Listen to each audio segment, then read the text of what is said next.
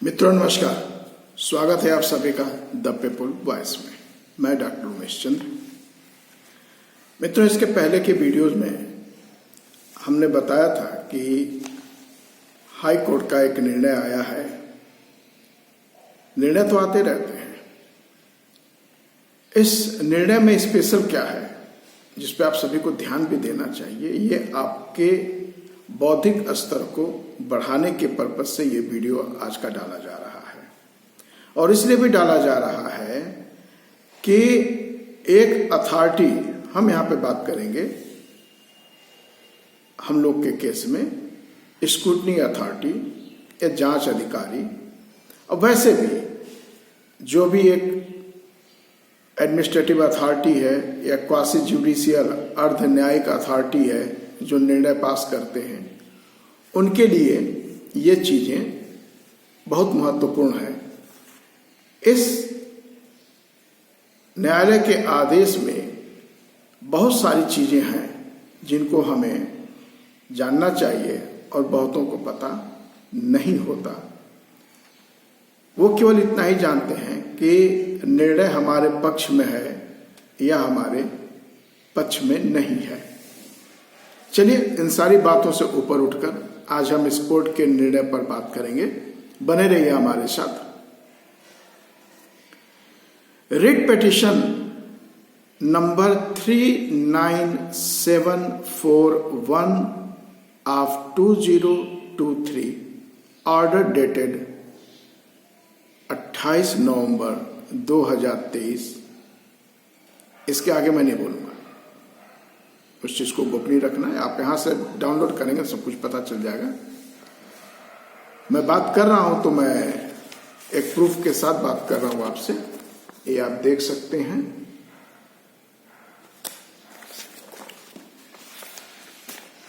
इसमें ये कोर्ट है honourable justice Mahesh Chandra Tripathi and honourable justice Prashant Kumar,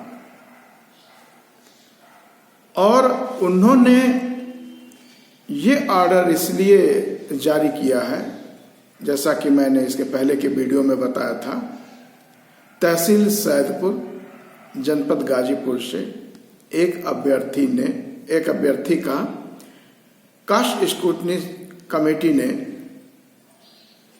प्रमाण पत्र जो कि 2021 में जारी हुआ था उसको रद्द कर दिया।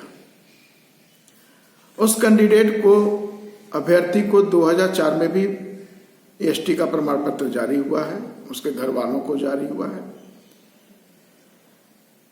और 2021 का भी जारी हुआ है। उसने एक सर्विस में अप्लाई किया था असिस्टेंट प्रोफेसर के लिए, गवर्नमेंट जॉब है, और 2021 जिसपे कि उसने भेजा था और वेरिफिकेशन के लिए वो जाति प्रमाण पत्र आया, तो स्क्रूटनी कमेटी जनपद गाजीपुर ने उस प्रमाण पत्र को खारिज कर दिया, जिससे क्षुब्ध होकर प्रार्थी हाईकोर्ट में पहुंचा।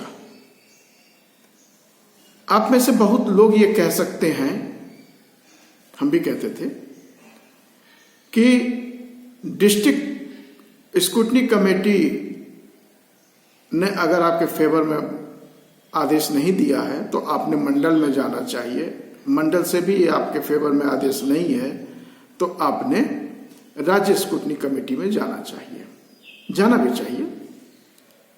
डिपेंड करता है सिचुएशंस क्या है। अगर यह प्रार्थी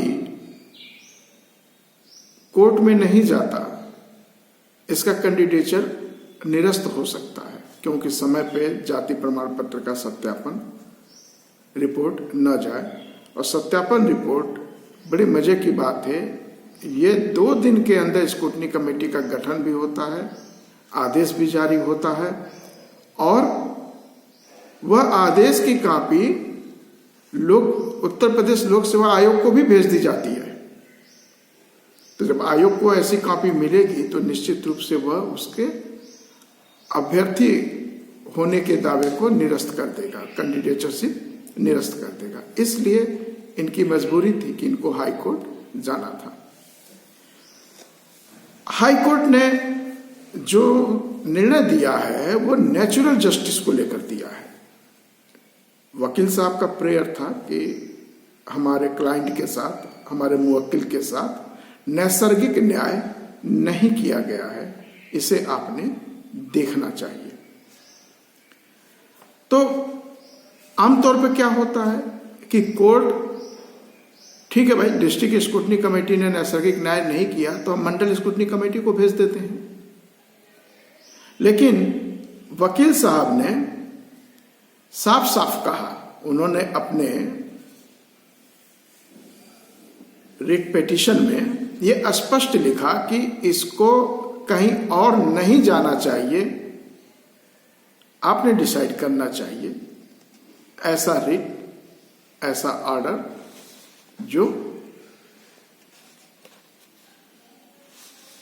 तो ऐसे रिट ऑर्डर को जब उन्होंने कहा तो वकील साहब ने Whirlpool corporation versus registrar of trademark 1998 supreme court के जजमेंट को उन्होंने कोट किया और बताया कि भले ही एक विकल्प, फरियादी के लिए एक विकल्प है कि वो उस मंच पे जा सकता है, जैसे कि जिला स्क्रूटनी कमेटी के बाद विकल्प है आपका मंडल, तो इसी आशा से उन्होंने लगा कि जा सकता है। लेकिन और जो वर्लपूल कॉरपोरेशन का केस था उसमें एक विकल्प था कि trade goods and service tax act 2017 के अंतर्गत यह रेमेडी थी कि वो ट्रेड टैक्स में जाके अपनी शिकायत कर सकते थे, वहां से निर्णय ले सकते थे। लेकिन इतना होने से ही हाईकोर्ट की जो पावर है अंडर आर्टिकल 226 अनुच्छेद 226 के अंदर जो पावर है वो खत्म नहीं हो जाती। और उसमें साफ साफ लिखा है कि एक रिट पिटीशन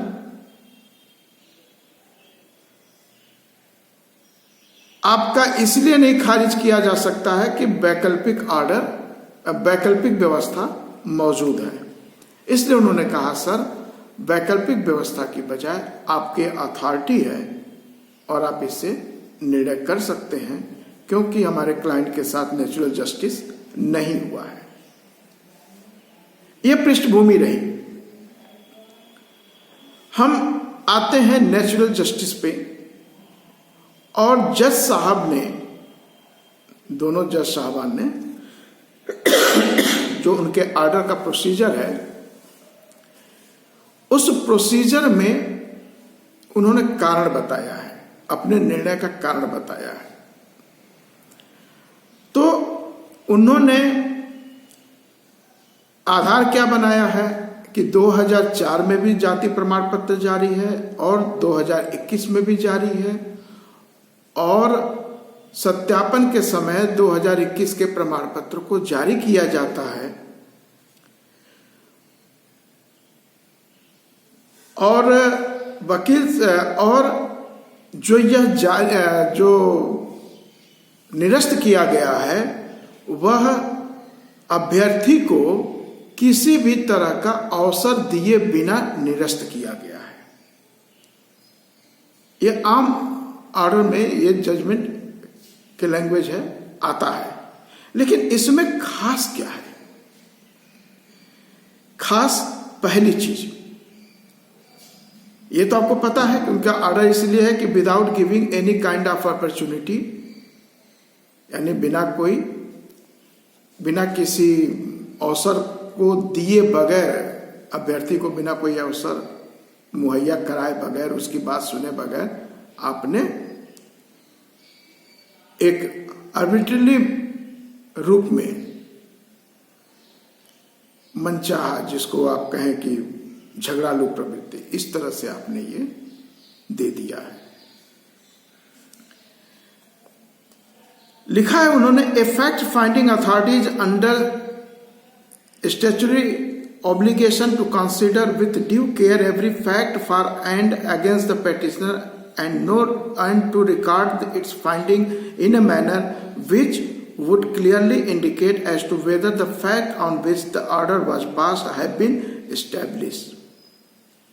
उन्होंने कहा कि जो भी फैक्ट फाइंडिंग अथॉरिटी है या जांच अधिकारी है वह एक वैधानिक उसकी जिम्मेदारी है, वह एक वैधानिक दायरे में आता है और उसकी यह ड्यूटी है कि जो भी वो फैक्ट पावे, जो भी तथ्य पावे, चाहे वह अभ्यर्थी के पक्ष में हो या अभ्यर्थी के विपक्ष में हो, बिना उसके बायस्ड हुए वो बिना किसी हिचकिचाहट के दोनों चीज, जो उसके पक्ष में है जो उसके विपक्ष में है, दोनों चीज को उन्होंने अभिलेख में दर्शाना चाहिए. Which would clearly indicate as to whether the fact on which the order was passed has been established. और उस फैक्ट को बताना चाहिए जिसके आधार पर उन्होंने आदेश पारित किया है. ये किसको उन्होंने कहा? फैक्ट फाइंडिंग अथॉरिटी को. फिर आगे लिखते हैं, absence of the finding to disclose reason in an order in the manner indicated above would render the order to be indefensible or unsustainable. मतलब कि अगर आपने वह कारण नहीं बताया जिसके आधार पर आपने आदेश दिया है, तो वह आदेश सुरक्षित करने योग्य नहीं है और न उस आदेश को सस्टेन किया जा सकता है, माना जा सकता है. ये सब कानूनी भाषाएं, हम आपको सिंपल बात आपको समझने के लिए बता रहे हैं. आगे उन्होंने एक शब्द लिखा, reason is the heart beat of every conclusion. जो कारण है, जो फैक्ट है, वो जो कारण है, वह सभी प्रकार के निर्णय पर उसका वो जो है हार्ट बीट है, दिल की धड़कन है. तो कोई भी आप निर्णय देते हैं उसका कारण बताइए, वो दिल की धड़कन है, उस कारण से ही पता चलेगा कि आपका निर्णय सही है या नहीं है. आगे उन्होंने अब आदेश देना शुरू किया है, तो उसमें क्या लिखा है? Non recording of reason render the order to be violated of principle of natural justice. और अगर आपने रीजन नहीं दिखाया है, कारण नहीं बताया है, तो ऐसे ऑर्डर नैसर्गिक न्याय, प्राकृतिक न्याय, नेचुरल जस्टिस के सिद्धांतों का उल्लंघन करता है.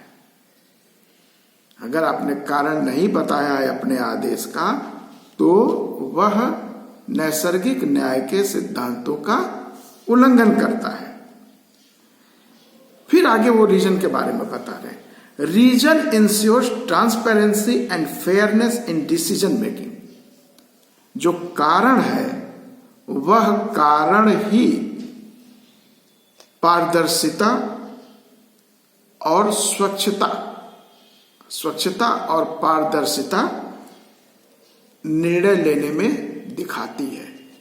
आप जो निर्णय लेते हैं वह पारदर्शी है, स्वच्छ है, किसी से बायस नहीं है, वह कारण ही है, वह रीजन है. इसीलिए इसको रीजन्ड ऑर्डर भी कहा जाता है. आगे लिख रहा है, it enable litigant to know reason for acceptance और रिजेक्शन ऑफ हिज प्रेयर. यह कारण ही है जो बताती है, जो अभ्यर्थी है, जो कोर्ट में गया है, लिटिगेंट बोलते हैं उसको, जो कोर्ट में गया है अभ्यर्थी, उसको ये बताती है कि उसकी प्रार्थना स्वीकार की गई या नहीं की गई। ये कैसे होता है? जो आप कारण लिखते हैं अपने आदेश में। आगे मित्रों, it is statutory requirement of natural justice, और यह नैसर्गिक न्याय के लिए वैधानिक आवश्यकता है। यानी कारण बताना वैधानिक आवश्यकता है नैसर्गिक न्याय के लिए। Thus, failure to give reason amounts to denial of justice. Thus, failure to give reasons amounts to denial of justice. अगर आप कारण नहीं देते तो इसका मतलब आप न्याय को हटा रहे हैं, उसको डिनाई कर रहे हैं, यानी आप न्याय भी नहीं दे रहे हैं। इसकी आगे बड़ी महत्वपूर्ण चीजें हैं। हमारे जो एडवोकेट भाई लोग हैं वह भी इसको समझने का प्रयास करें। मैं कोई एडवोकेट नहीं हूँ, लॉयर नहीं हूँ, मेरी डिग्री लॉ की नहीं है, लेकिन एक सामाजिक कार्यकर्ता के नाते, अनुभव के नाते मैं इसका वर्णन कर रहा हूँ। बाकी और इसको आप बेहतर तरीके से पाने के लिए इस आदेश को अपनी कानूनी किताबों के अनुसार इंटरप्रेट कर सकते हैं। मैं एक प्लेन लैंग्वेज में सभी के लिए बता रहा हूं। उन्होंने बोला कि जो नैसर्गिक न्याय है उसमें जुड़वा तत्व है, वो दो तत्वों से मिला हुआ है। नैसर्गिक न्याय में दो तत्व हैं।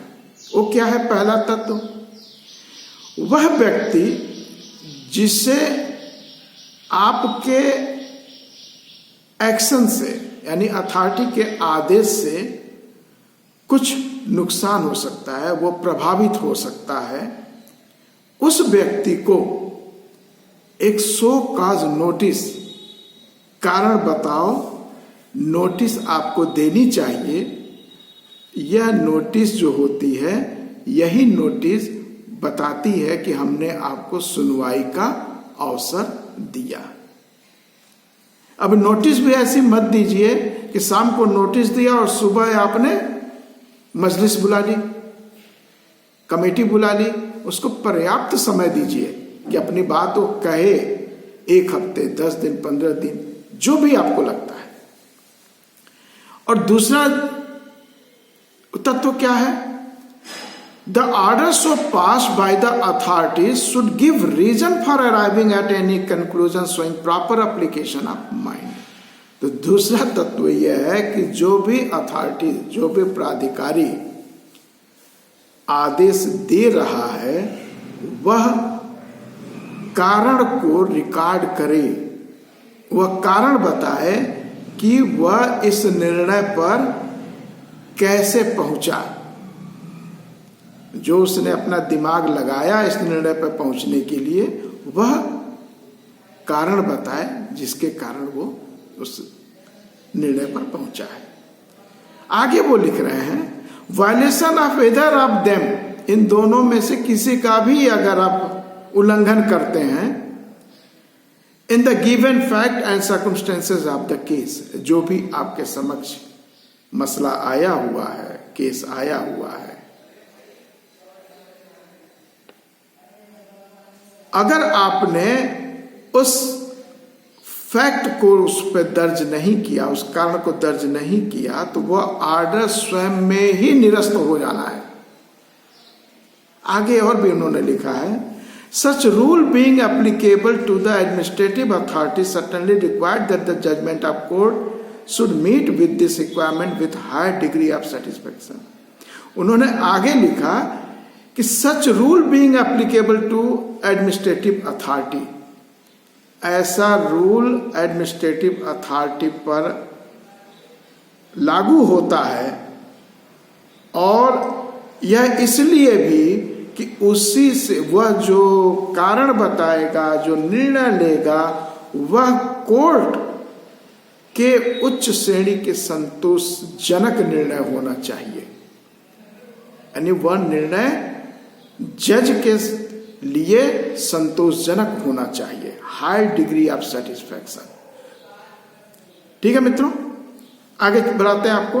The order of an administrative authority may not provide reason like judgment. वो ये भी कह रहे हैं कि हो सकता है प्रशासनिक प्राधिकारियों के ऑर्डर जजों के जैसा न हो, क्योंकि जज जब ऑर्डर देते हैं तुमको कारण बताना ही पड़ता है, हर चीज बतानी पड़ती है।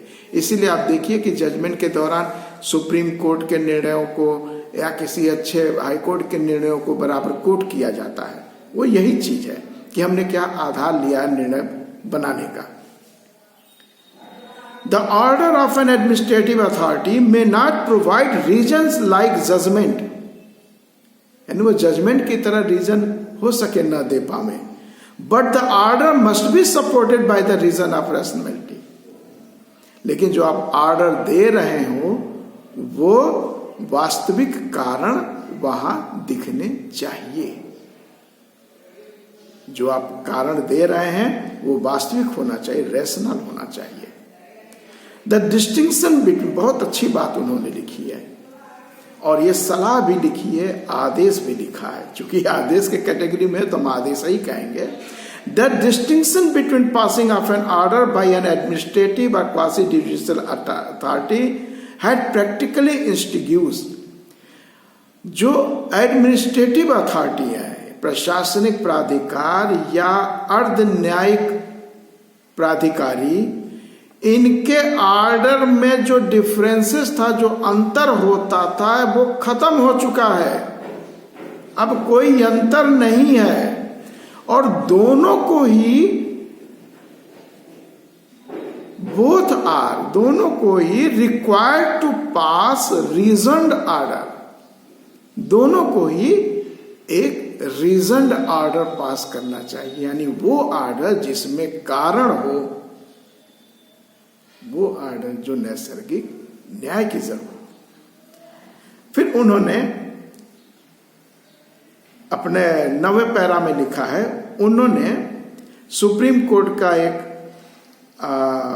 रिपोर्टिंग है 1970 में, A K Kraipak and other versus Union of India and others. इसमें इन्होंने नेचुरल जस्टिस के बारे में बताया है, ये भी आप सुने। Honorable Supreme Court held that the concept of natural justice has undergone a great deal of change in recent year. उस सुप्रीम कोर्ट के निर्णय एक कार्य वर्सेस यूनियन ऑफ इंडिया में जो 1970 में है, उसमें सुप्रीम कोर्ट ने यह बताया कि जो नेचुरल जस्टिस का कॉन्सेप्ट है वह विगत वर्षों में बहुत चेंज लिया हुआ है, बहुत चेंज हुआ है उसमें।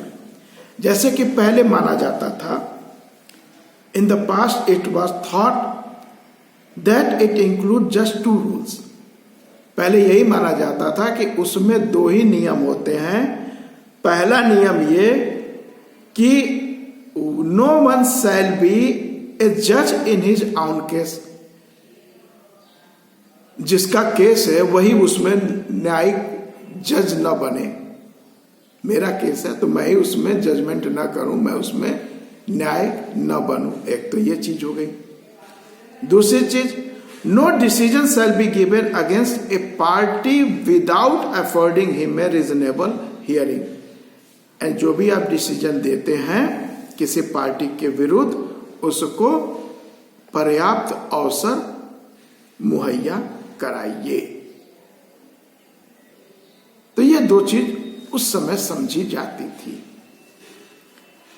लेकिन सबसे महत्वपूर्ण इन्होंने बताया, उसी में दिया हुआ है सुप्रीम कोर्ट के, very soon thereafter a third rule was envisaged and that is that, जो अब तीसरा रूल आ गया, तीसरा सिद्धांत आ गया, that is that quasi judicial inquiries must be held in good faith. जो अर्ध न्यायिक जांच है, अब ये सब क्या है, ये जांच है ना, तो जो ये अर्धन्यायिक जांच है, यह गुड फेथ, अच्छे विश्वास के लिए गुड फेथ, अच्छे कारण के लिए बिना बायस्ड हुए और बिना आर्बिट्रली या अनरिजर्वली हुए, यानी आप जो निर्णय लेंगे वो गुड फेथ में लेंगे, बिना बायस्ड हुए, बिना पूर्वाग्रहित हुए, और आपका निर्णय इस तरह नहीं होना चाहिए कि वो आर्बिट्री हो, विरोध करे। But in the course of years, many more subsidiary rules came to be added to the rules of natural justice. और भी इसमें बहुत सारे रूल जुड़ चुके हैं और भी सिद्धांत प्रतिपादित हो चुके हैं। अब उन्होंने निर्णय दिया, अभी तक देखिए उन्होंने अपने निर्णय का कारण बताया और इन्होंने अपने निर्णय के कारण में सुप्रीम कोर्ट जो 1970 की बात की है, A K Kraipak and other versus Union of India, इसको भी कोट किया है और उसके पहले प्रिंसिपल ऑफ नेचुरल जस्टिस को कोट किया है और इसके आधार पर उन्होंने निर्णय दिया फॉर द अफोरसेड रीजन्स, उन्होंने लिखा ना अफोरसेड रीजन, उपरोक्त कारणों से, we are of the considered opinion that the impugned order dated 22 July 2023, scrutiny committee का ये आदेश का डेट है, can not be sustained in the eye of law and it is accordingly quest.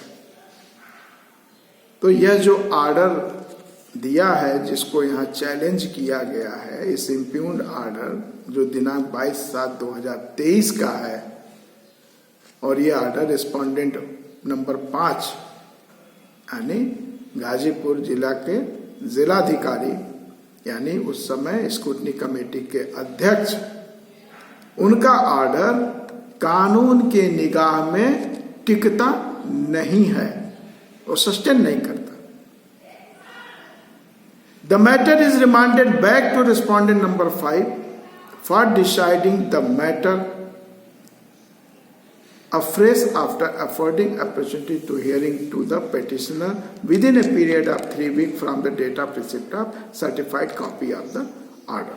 और उन्होंने रेस्पोंडेंट 5 यानी जिलाधिकारी या अध्यक्ष स्क्रूटनी कमेटी को यह केस फिर से वापस भेज दिया